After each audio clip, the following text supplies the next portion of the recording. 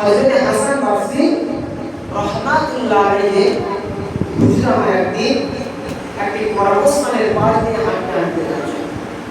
এমন সময় হুজুরকে কবরস্থানে মাইয়ে সালাম দিচ্ছে, আসসালামু আলাইকুম ইয়া হালাল কুবুর। যখন সালাম দেওয়ার পরে হুজুর যখন সালাম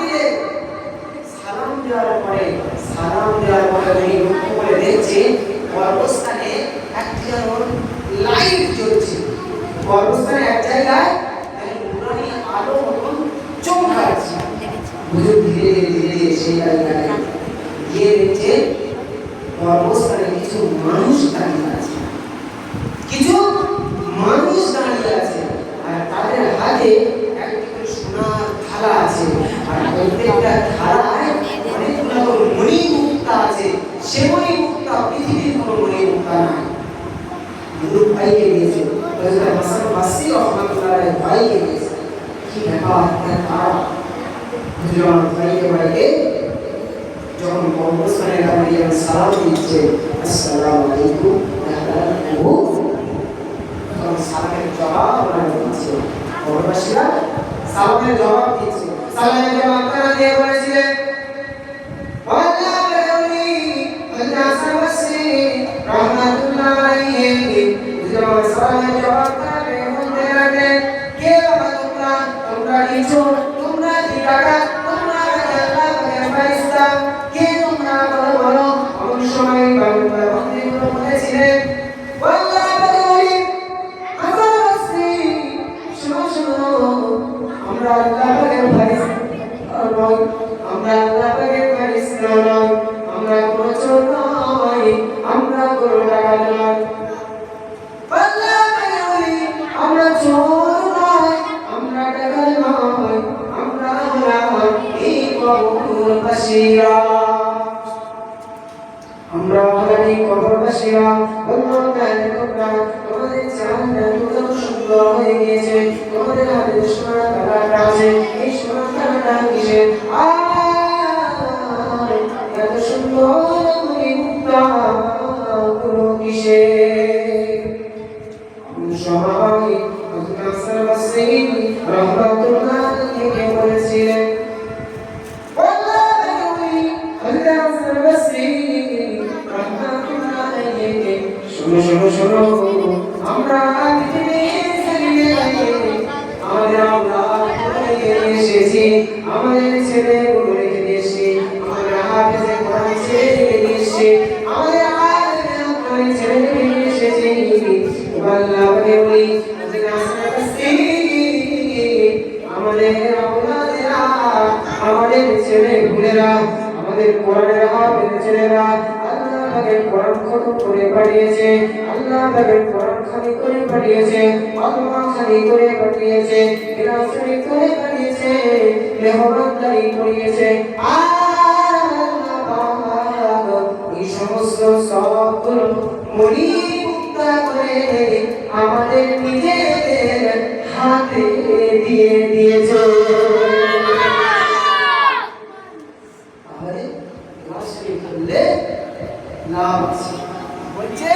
আমাদের ছেলেরা, আমাদের কন্যাগুলো আমরা পৃথিবীর জমিনে রেখে দিয়েছি, হাফেজে কোরআন ছেলে, আলেমে দ্বীন ছেলে রেখে দিয়ে এসেছি। কারণ আমাদের জন্য কোরআন খানি করে পাঠিয়েছে, কলমা খানি করে পাঠিয়েছে, মিরাজ শরীফ করে পাঠিয়েছে, মেহমানদারি করে আমাদের জন্য দোয়া করে পাঠিয়েছে। আমরা আল্লাহ পাক সেই সমস্ত আমল নামাগুলো, নেকিগুলো আমাদের নিজের হাতে মণি মুক্তা করে দিয়েছে। জোরে বলেন সুবহানাল্লাহ। দেখছি একটি যুবক দাঁড়িয়ে আছে, একটি যুবক ছেলে দাঁড়িয়ে আছে, তার চেহারা কালো, তার জামাগুলো নোংরা, তার জামাগুলো নোংরা হয়ে আছে, রূপটা নোংরা, চেহারাটা নোংরা হয়ে আছে। আর একবার করে কবরের ভিতরে জাহান্নামের আগুনটা বেরোচ্ছে, তার তামাম দেহটা পুড়িয়ে দিয়ে আবার জাহান্নামের আগুন কবরে যাচ্ছে, আবার আগুন বেরোচ্ছে। হুজুর দেখছে, হুজুর দেখছে ছেলেটা কাঁদছে, জল করে কাঁদছে। অনুসরণ সেই যুবকটা কবরের কাছে গেল, যুবকটা কবরের কাছে গিয়ে সালাম দিতে লাগলেন, আসসালামু আলাইকুম। হে যুবক,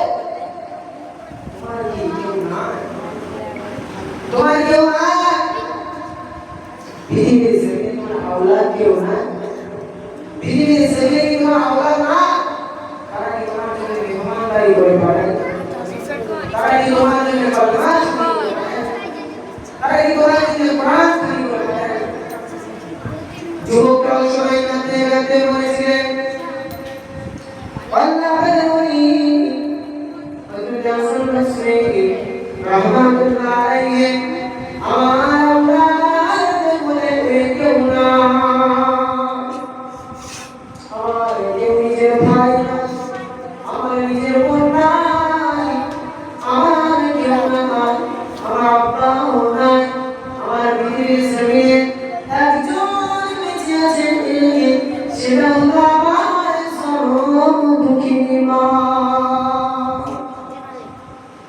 আল্লাহ পাকে বলি শাহ আল্লাহ পাকে বলি হযরত হাসান বসরি রাহমাতুল্লাহ আলাইহি বলেছিলেন হে আল্লাহর বান্দা কোন মা কি নিজের সন্তানের কথা নিয়ে ভুলে যায় সন্তানের কথা নিয়ে ভুলে যায় বড় বড় তোমার মায়ের পরিচয়টা দাও আমি তোমার মায়ের কাছে যাব কোন সময় আল্লাহ পাকে বলি হযরত হাসান বসরি রাহমাতুল্লাহ আলাইহি পরিচয়টা নিয়ে আনতে এমন সময় সেই যুবকটার মায়ের ঘরের দরজার কাছে গিয়ে পৌঁছালেন ঘরের দরজার কাছে গিয়ে পৌঁছে ঘরের দরজায় ঠোঁটা দিয়ে রাখলেন আসসালামু আলাইকুম ইয়া আহলাল বাইত আসসালামু আলাইকুম ইয়া বাইতি এই ঘরের মধ্যে কেউ আছো এই ঘরের মধ্যে কেউ আছো হে আল্লাহ যুবকেরা কোন সময় ঘরের মধ্যে সালামের জবাব এসে তখন ঘরের দরজা খুললেন একটা মহিলা ঘরের দরজা খুলে বলতে লাগলেন আল্লাহ পাকে বলি হযরত হাসান বসরি আজকে আপনি আমার ঘরে এসেছেন আমার ভাগ্যটা অনেক ভালো আমার নসিবটা কত ভালো আল্লাহ বলি আমার ঘরে এসেছে কোন সময় আল্লাহ পাকে বলি হযরত হাসান বসরি রাহমাতুল্লাহ আলাইহি বলেছিলেন ও মা তোমার ছেলে তোমার একটা ছেলে ছিল পৃথিবীর জমিন থেকে বিদায় নিয়েছিল ইন্তেকাল হয়ে গিয়েছিল ও মা আমি সেই কবরস্থানের কাছে আসছি মা আমি তোমার ছেলের কবরটা দেখতে আসবো ও মা আর কবরে প্রচন্ড আযাব হইবা যে প্রচন্ড আযাবে আছে মা তার জন্য একটু দোয়া করবা কোন সময় যুবকটার মা কি বলেছিলেন এক করে টাকা নিয়ে হযরত হাসান বসরি রাহমাতুল্লাহ আলাইহি হাতে দিয়ে দিয়েছিলেন কোন সময় হযরত হাসান বসরি রাহমাতুল্লাহ আলাইহি বলতে লাগলেন ও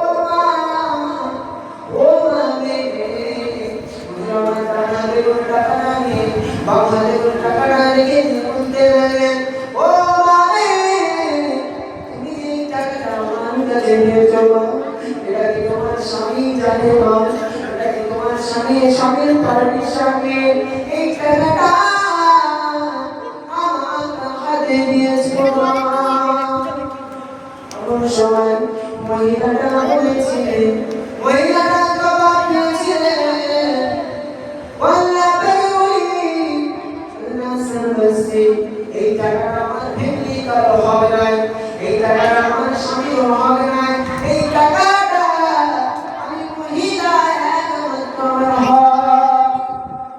বলতে আল্লাহ বলি এই টাকাটা অন্য কোন টাকা নয় এই টাকাটা হলো আমার যখন বিবাহ হয়েছিল আমার স্বামী আমাকে দেবুন করে দিয়েছিল আমি সেই টাকাটা খরচা করিয়া এই দেবুনের টাকাটা আমি রেখে দিয়েছিলাম আমার বাচ্চার কবরে আসাম হয় আমি মা সহ্য করে থাকতে পারবো না আমি মা শুনে থাকতে পারবো না আল্লাহ তাকে বলি যাও যাও এই টাকাটা নিয়ে গিয়ে আমার সন্তানের নামে একটু দোয়া করে দাও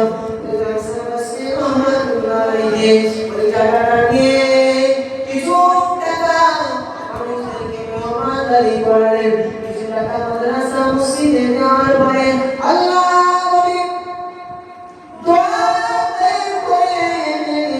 আবার যখন সেই পর্বতের পায়ে হাঁটতে হাঁটতে যান দেখতে পেলে সেই যুবকটার চেহারাটা সুন্দর হয়ে গিয়েছে। ছেলেটার চেহারাটা সুন্দর হয়ে গিয়েছে। ছেলেটার হাতে একটি সোনার থালা, আর সেই সোনার থালায় কিছু মুড়ি মুক্তা আছে। অমন সময় বলতে লাগলেন, আল্লাহ আপনি যখন আমার জন্য দোয়া করবেন, আপনি যখন আমার জন্য দোয়া করে দিলেন, আল্লাহ ফেরেশতা আমার কাছে এই সোনার রানটা দিয়ে দিয়েছে। আর এই